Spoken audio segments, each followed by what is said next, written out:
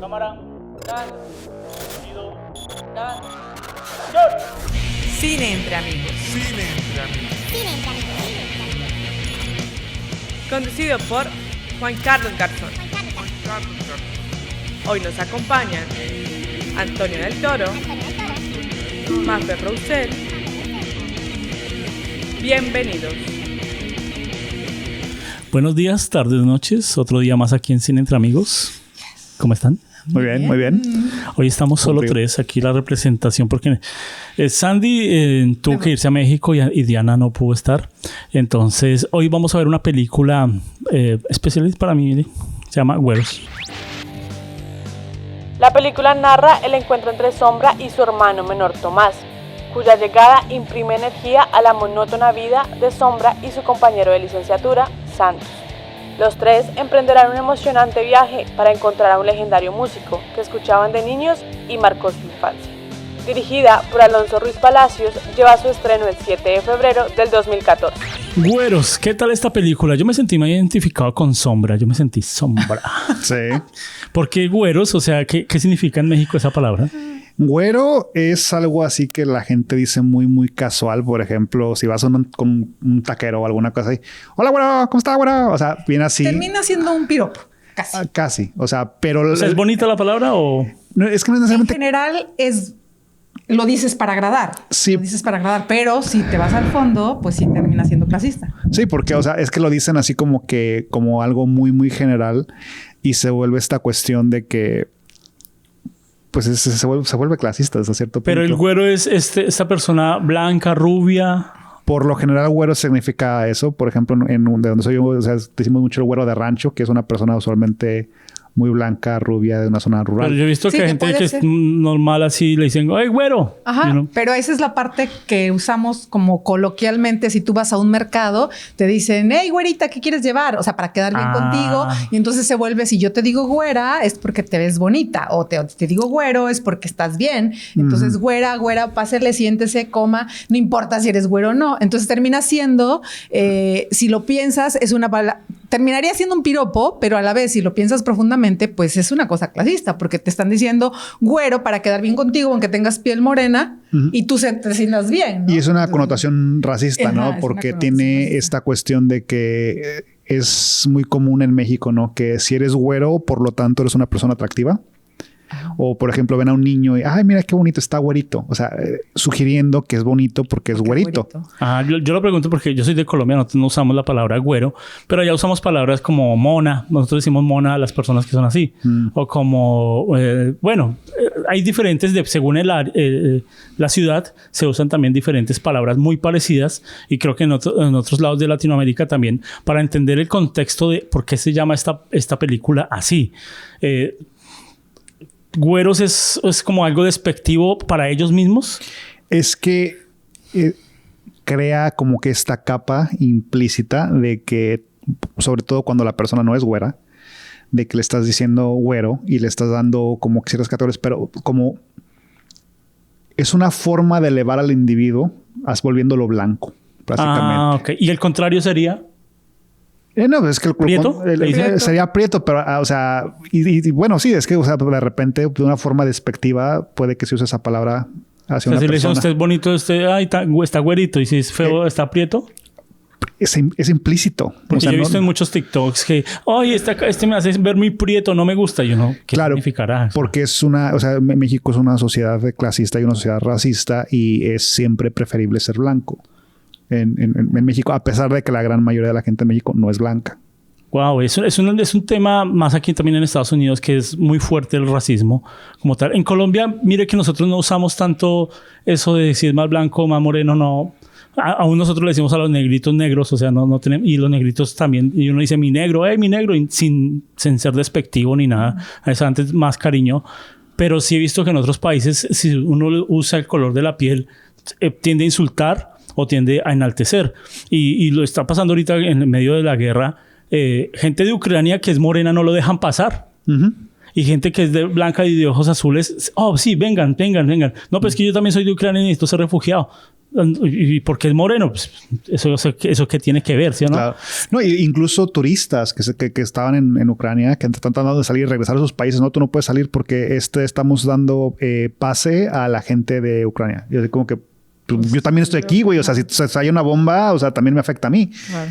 Así entonces que esta película con simplemente poner un nombre así, empieza un punto de conversación muy interesante y empieza a usar un tono como es blanco y negro, que en el principio yo dije, ¿será que tiene sentido? ¿Será que lo usaron así, lo grabaron así? Fue pensado en blanco y negro porque hay películas que las ponen en blanco y negro simplemente para que se vea más artística. Hasta ellos mismos critican, ¿no? sí, es que esa es lo que a mí me gusta de esta película, que es una autocrítica a esta película que es artística o pretende ser artística. Pero además lo dice, ¿no? Y es parodia. Es parodia. Ajá. Sí, es una parodia de sí misma. Viene siendo como comedia negra y es una película que comúnmente conocemos como road trip, un viaje. Ah, ok. Es definitivamente una película así de viaje y es una autocrítica social. Es una crítica y es una autocrítica al mismo género de cine, o sea, de este tipo de películas que es lo que abunda en México. Y además porque el director fue su debut con esta película y él estudió cinematografía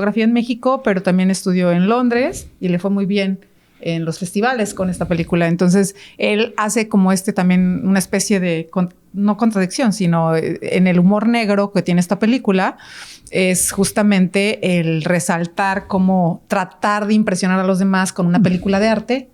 Y lo dice en uno de los textos, lo cual me parece maravilloso. Oh, sí, es la mejor parte. Me encanta. A mí también me encantó cuando él dice, sí, una película de arte, ¿no? Un artista que coge a 3 personas, los sienta y pone en blanco y negro y hace una película de arte. Y es tal cual lo que está en pantalla. No, y es que esa es una solución. Primero, una solución para fotógrafos cuando no tienen mucho que decir, o sea, mucho que hay que hacer para póngala en blanco y negro y no moleste tanto. Entonces, si lo critican, no es que usted no entiende de arte, ¿no? Van a decir. Pero cuando ellos mismos lo critican en la misma película, uno dice, esto es una burla, pero es una burla muy seria. Sí. Es que volvemos a esta cuestión y es muy latinoamericano. De hecho, en varias películas que hemos hablado aquí en el podcast ha surgido de que tienes esta película de arte que nadie en el país de donde salió la vio. Pero en Francia, en Inglaterra, en Europa, le va muy bien a la película. En Festival de Cannes, Festival de esto, Festival del otro, le va muy bien a la película porque es muy artística y porque tiene todos estos elementos.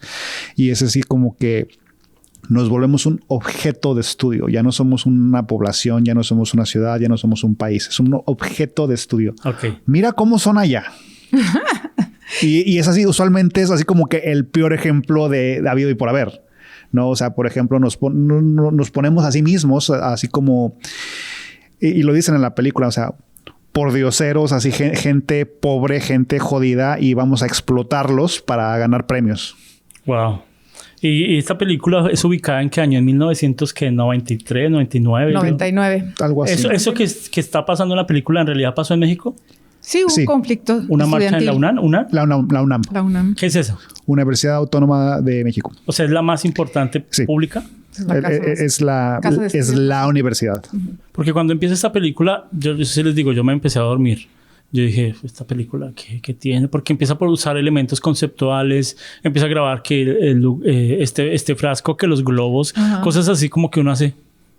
Pero ya después empieza a coger ritmo y uno entiende cosas. Entonces el muchacho está lanzando globos, ¿cierto? Desde la azotea por molestar y justo le da a un bebé con su mamá y se le arma el problema y ahí lo mandan para... Pero además, ¿no? Esto bien mexicano, la mamá, así, ya no puedo contigo. Ya, mijo, ya. Vete con tu hermano, o sea, como si el problema te lo fueras a sacar con cambiarlo de lugar, ¿no? Y deja de eso, es que me encanta esa escena cuando abre de que ves a la mamá con el bebé y no puede con él y luego, o sea, y va a ir y esa mujer hace queja con la mamá del niño que le aventó el globo y la mamá está en la misma posición, no puede con él.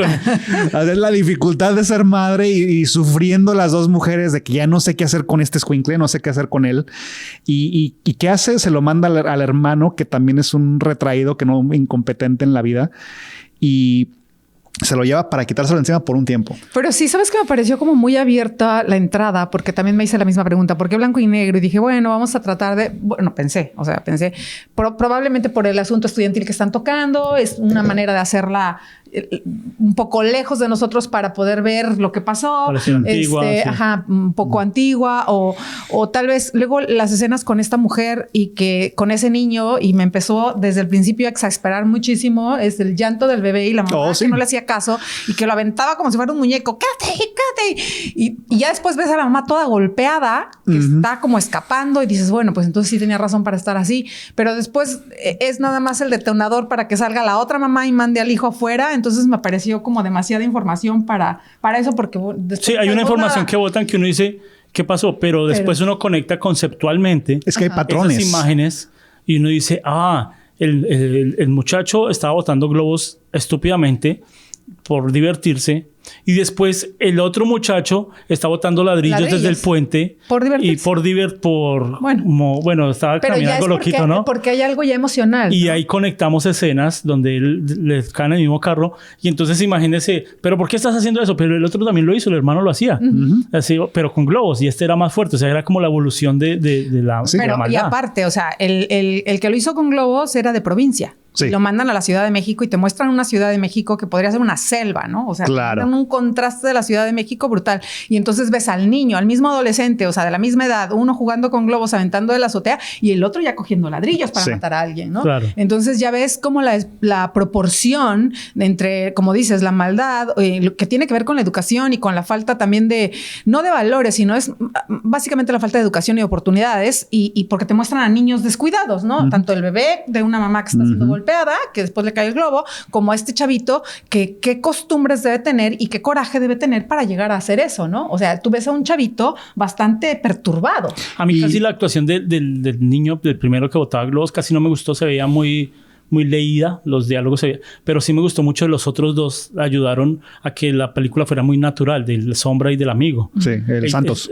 Ellos se sentían como que eran ellos, como que así como ustedes, venga, lo ponemos en este papel. Entonces eso se sintió muy natural, se sintió muy bacano cuando empieza el recorrido, porque, a ver si entendí, ellos se fueron porque iban en las noticias vieron que se iba a morir un cantante. Que estaba en el hospital. Estaba en un hospital. Y entonces ellos era el cantante favorito del papá y de ellos, y entonces iban a encontrarlo. Sí, pero aparte bien padre, porque eso me gustó mucho, que la primera toma que tenemos oyendo en los audífonos, la música no la oímos nosotros, nada más vemos las caras y al final tampoco, nunca oímos al Epigmenio Cruz, que era el cantante. Sí, y se vuelve interesante, ¿no? La propuesta. Claro, porque es así.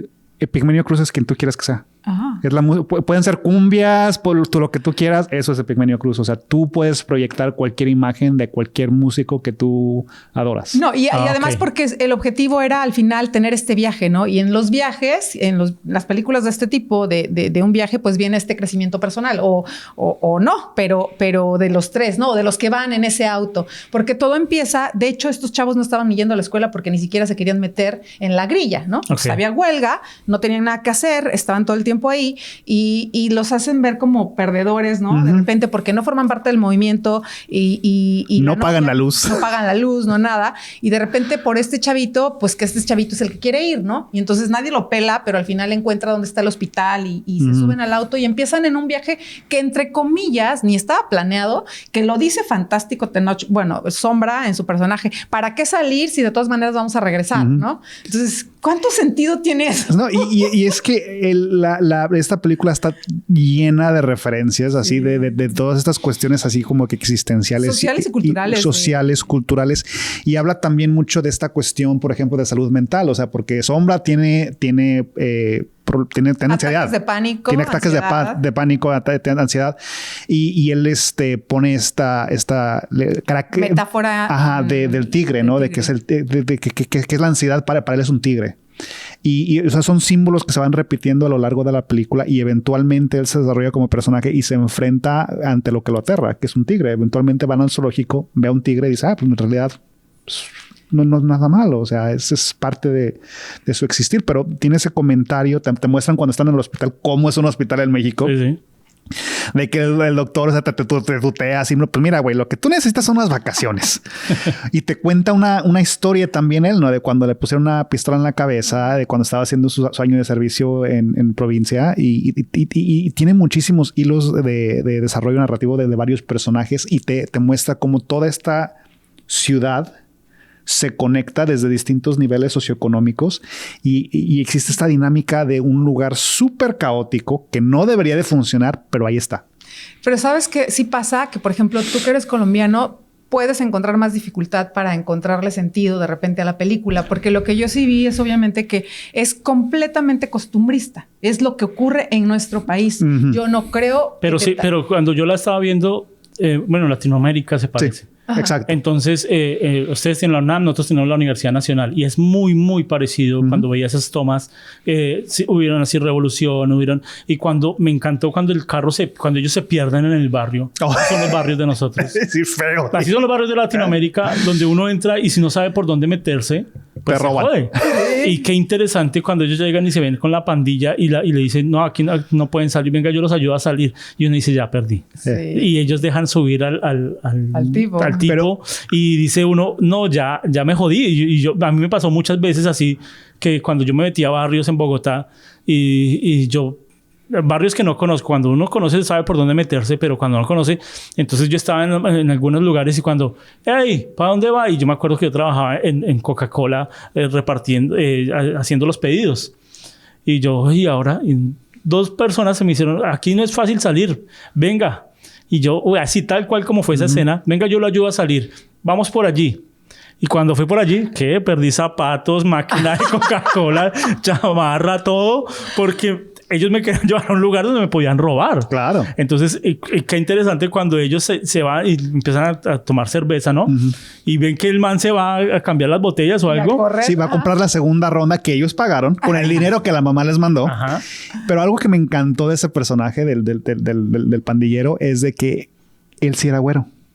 Ah, ok. Porque tienes esta dinámica también que estamos hablando del clasismo y es lo difícil del racismo en México y de toda esta cuestión social. Porque, o sea, puede que seas güero y eso te pone en una posición social más elevada, pero también es muy posible que seas güero y seas un güero jodido. Ok. O sea, porque era más pobre que los otros, vivía en una zona súper violenta, o sea, donde hay criminalidad y él sí era, o sea, obviamente es blanco y negro, pero le ves como que un pelo más claro que los otros. De hecho, es más blanco que el niño. Y te muestra pues, que es el discurso, o sea, de la película. El proceso del casting sí fue muy bueno. Sí, o sea, en hacer ese contraste, ese humor negro, Claro. Porque desde el principio lo manejan cuando lo ven y tú porque eres güero y tu hermano está. Claro, ¿no? o sea, todo el tiempo lo están remarcando, ¿no? Y pasa mucho. Y pasa mucho. Y aquí tienes esta cuestión de qué es un güero. O sea, porque la definición de un güero, como la que estamos hablando anteriormente, es de que, ok, es una persona, digamos, de cierto estatus social, pero también puede ser un güero jodido. O sea, y la película trata de definir qué es un güero. Y ese es así como que el discurso del conflicto interno dentro de pero los nunca mexicanos. lo definen como tal. No, porque es que no lo puedes definir. Es que el güero, tú no puedes decir soy güero. Alguien más te dice que eres güero. Alguien más te define como persona.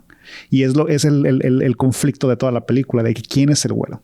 Sí, y se vuelve un poco este humor negro haciendo referencia a la burla de cómo nosotros como mexicanos aceptamos esa palabra. Y digo, no vamos más lejos en mi familia.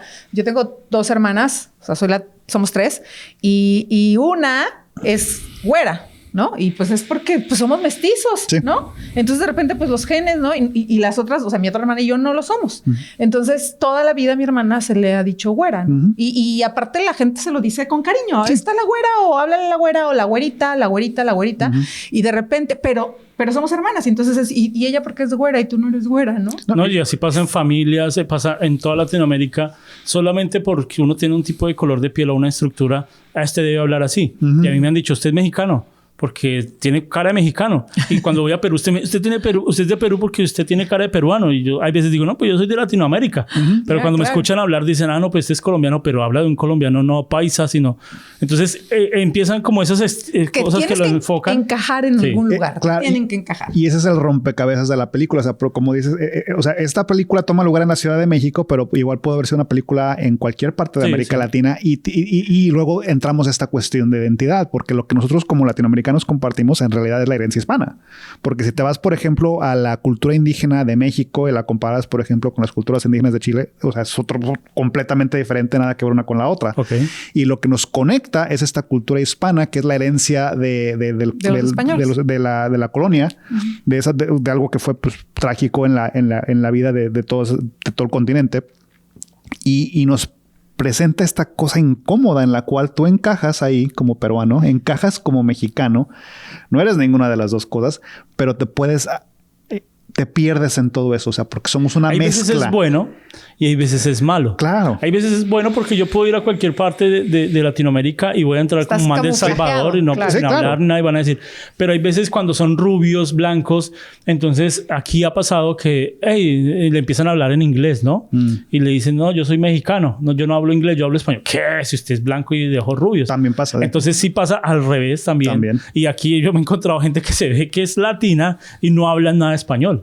Entonces uno dice, pero hermano, si tiene, como ustedes tienen un dicho que tienen el nopal en la frente. El nopal en la frente. O sea, nosotros decimos, esa cara indígena no se la puede borrar. Nosotros decimos en Colombia. O sea, y no hablan español.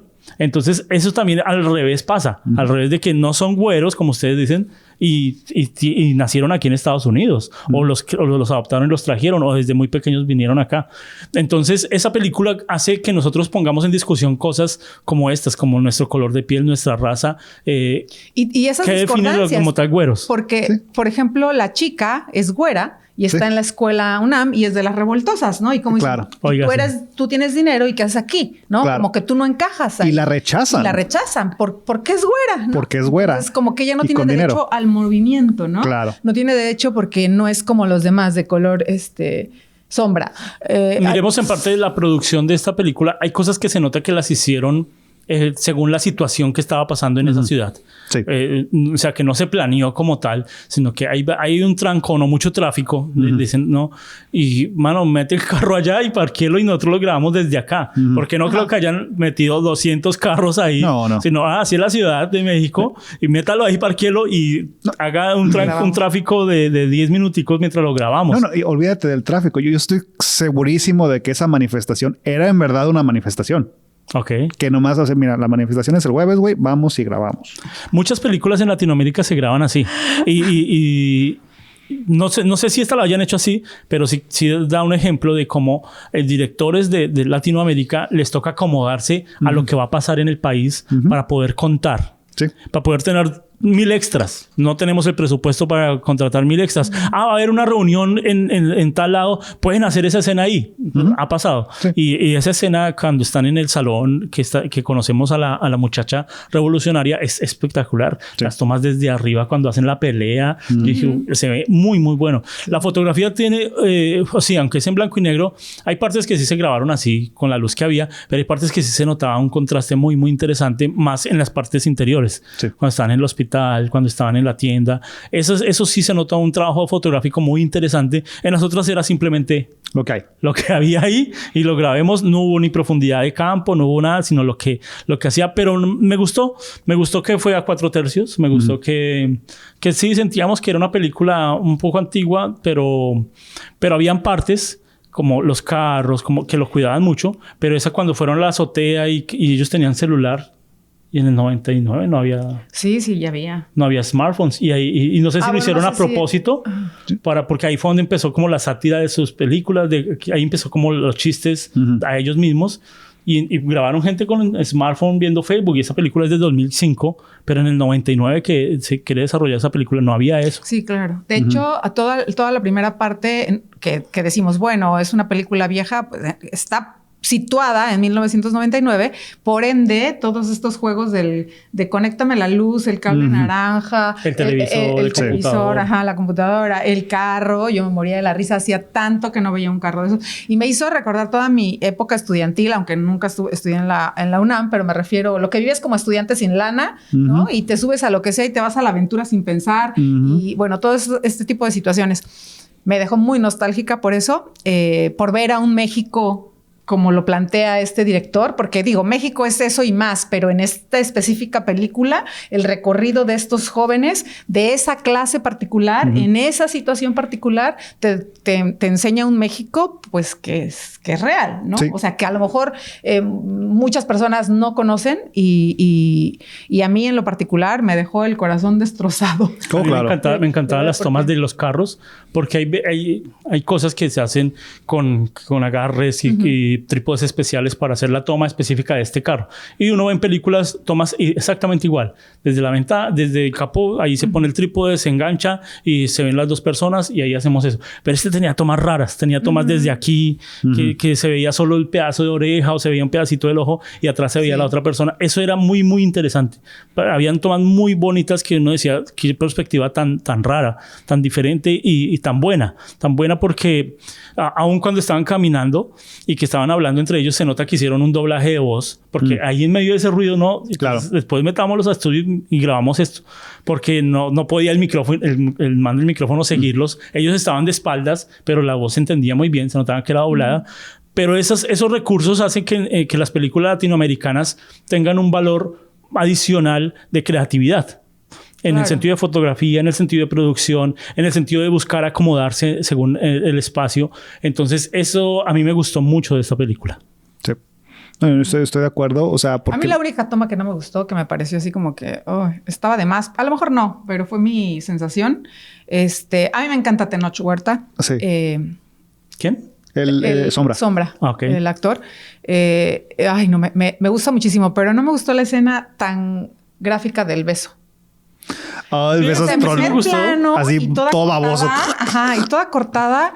Me quedé así como... Pero fue diferente. Sí, es eso lo que estabas diciendo, ¿no? De repente desde tu perspectiva... Porque es que esa misma toma yo se la he visto a Brad Pitt, se la he visto a Leonardo DiCaprio con... Y la vuelven fea. Y se ve bonita porque es Leonardo DiCaprio, porque es la modelo, la lengua, pero esta no. Aquí son dos... Porque no son güeros, sí, no son... No, es que a mí pero a mí me gusta Tenoch Huerta. No, pero es que yo pienso que fue intencional de que se viera fea esa escena. Porque, o sea, es un beso así todo...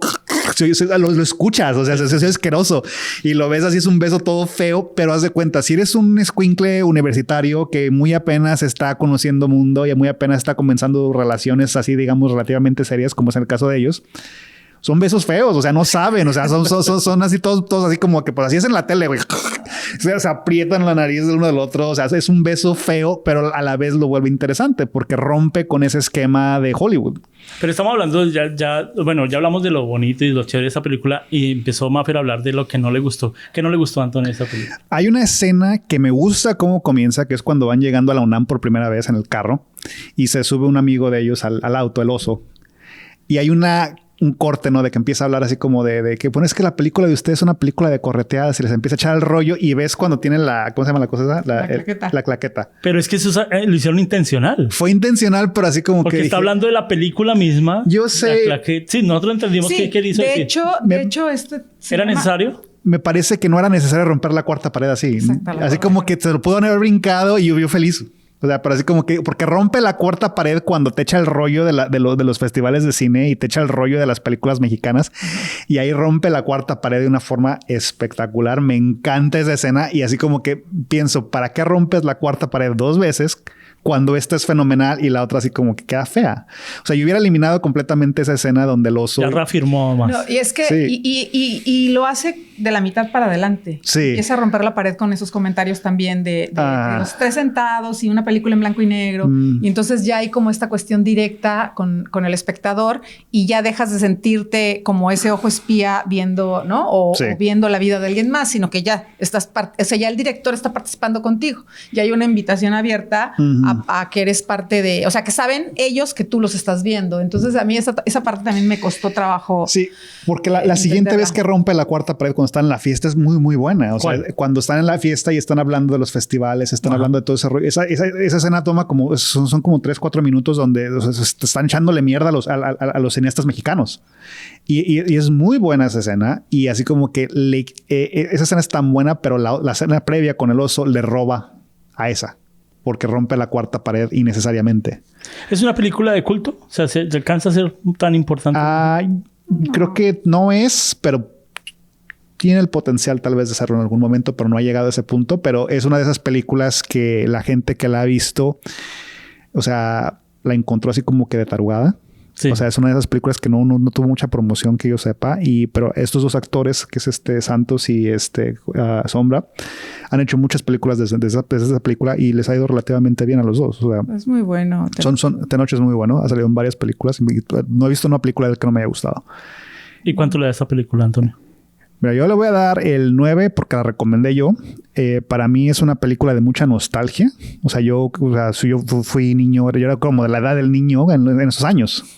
Así que para mí fue una nostalgia. O sea, desde que se ponen los audífonos, el Walkman, o sea, todo fodongo, todo enclenque, corriendo porque te van a poner una madriza. O sea, para mí es toda mi niñez ahí. O sea, así de que... O sea, de los dos niños, o sea, desde que está haciendo sus maldades y desde que está el otro niño, ¿no? Que suelta el ladrillo, o sea, ese tipo de cosas, o sea, son muy... Yo crecí en Guadalajara, o sea, es otra ciudad, pero hay muchas... muchas cosas así muy similares, ¿no? Que me llegaron y de repente conoces a gente más grande, a muchachos más grandes o lo que sea y como que te incorporan en su grupito y es una cosa interesante porque te exponen a cosas que... indebidas, ¿no? O sea, es como que, o sea, te llevan al barrio donde te van a asaltar, te dan una caguama y te vomitas. O sea, ese tipo de cosas, o sea, me recordaron a mi niñez. Pero es que según el barrio, uno encontraba esas cosas malas, ¿no? En mi barrio uno se paraba en el techo y empezaba a orinar. ¿Qué iba pasando? Pero yo tenía un amigo que él le gustaba romper los vidrios de las otras casas. Y todos sabíamos, los muchachos sabíamos que él se paraba y era mayor que nosotros, como 10 años más. Nosotros teníamos 12 años, él tenía 20 ya. Y entonces él se paraba en la terraza y empezaba a lanzar piedras desde lejos a las otras casas, pero lejos. Y el plan y un día me invitaron y me dijeron, vamos a romper vidrios a los departamentos de es un evento. La gente de plata. Entonces yo nunca fui, pero sí me contaron. Yo fui una vez a romper un colegio. Y bueno, para llegar ahí, entonces ellos fueron a romper unos vidrios de los edificios de gente de plata. Se hacían ahí en el ¿cómo se llama? Como en el caño. Y desde el caño lanzaban las piedras a la gente de dinero y rompían los vidrios. Sonaban 3, 4 y ¡córrale! Y esa era la diversión a los 14, 15 años. Nosotros no teníamos Facebook, no teníamos nada. Entonces vamos a romper ese colegio de allá. Nos teníamos que hacer lejos. Y él le dio tanta rabia que no pudo romper el colegio. Creo que donde lo echaron. Íbamos como 4 o 5...